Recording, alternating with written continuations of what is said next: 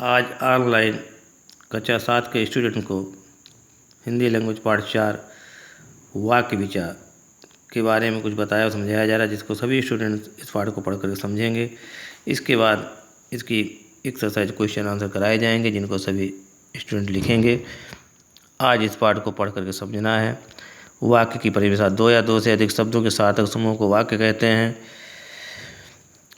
वाक्य के दो भाग हैं, उद्देश्य और विधेय। उद्देश्य सब्जेक्ट होता है, विधेय प्रेडिकेट होता है इंग्लिश में।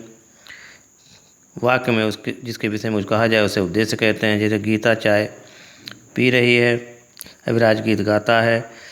इन वाक्यों में गीता और अविराज के विषय में कुछ कहा गया है, अतः ये उद्देश्य हैं। विधेय: विनय दूध पी रहा है, लड़के क्रिकेट खेलते हैं। इन वाक्यों में दूध पी रहा है तथा क्रिकेट खेलते हैं अपने उद्देश्यों के विषय में कुछ कहा बता रहे हैं, अर्थात ये विधेय है।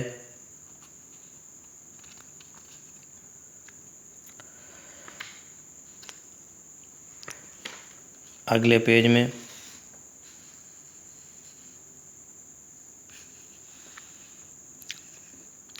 वाक्य के भेद दो आधार पर किए जा सकते हैं, एक रचना के आधार पर तथा दूसरा अर्थ के आधार पर। रचना के आधार पर इसके तीन भेद होते हैं: सरल, संयुक्त और मिश्रित। जिन वाक्यों में केवल एक ही उद्देश्य और एक ही विधेय होता है, सरल वाक्य होते हैं। जिन वाक्यों में दो या दो से अधिक सरल वाक्य समुच्चय बोधकों के द्वारा आपस में जुड़े होते हैं, ये संयुक्त वाक्य होते हैं। जिन वाक्यों में एक मुख्य उपवाक्य होता है, एक या अधिक आश्रित उपवाक्य हों, इसे मिश्रित वाक्य कहते हैं। अर्थ के आधार पर इसके 8 भेद होते हैं: संकेत, विधानवाचक, निषेधवाचक, प्रश्नवाचक, संकेतवाचक, आज्ञावाचक, इच्छावाचक, संदेहवाचक तथा विस्मयवाचक। इन सभी को अलग अलग बताया गया है, इनकी परिभाषा दी गई है और उदाहरण भी दिए गए हैं। जिन वाक्यों में किसी कार्य के करने या होने का बोध हो उन्हें विधानवाचक कहते हैं। जिन वाक्यों में किसी कार्य के न करने का बोध हो उसे निषेधवाचक कहते हैं। जिन वाक्यों में प्रश्न पूछे जाने का बोध हो उन्हें प्रश्नवाचक कहते हैं। जिन वाक्यों में एक कार्य दूसरे कार्य पर निर्भर हो उसे संकेतवाचक वाक्य कहते हैं।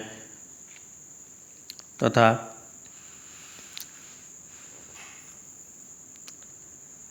जिन वाक्यों में आज्ञा, आदेश या प्रार्थना का बोध हो उन्हें आज्ञावाचक कहते हैं। जिन वाक्यों में आशीर्वाद, इच्छा, शुभकामना आदि भावों का बोध हो उसे इच्छावाचक कहते हैं। जिन वाक्यों में किसी कार्य के होने या न होने में संदेह, संभावना का बोध हो उसे संदेहवाचक वाक्य कहते हैं। जिन वाक्यों में हर्ष, शोक, घृणा, आश्चर्य आदि भावों का बोध हो उन्हें विस्मयवाचक वाक्य कहते हैं। इस प्रकार आज कक्षा 7 के स्टूडेंट के लिए इतना पर्याप्त है। ओके।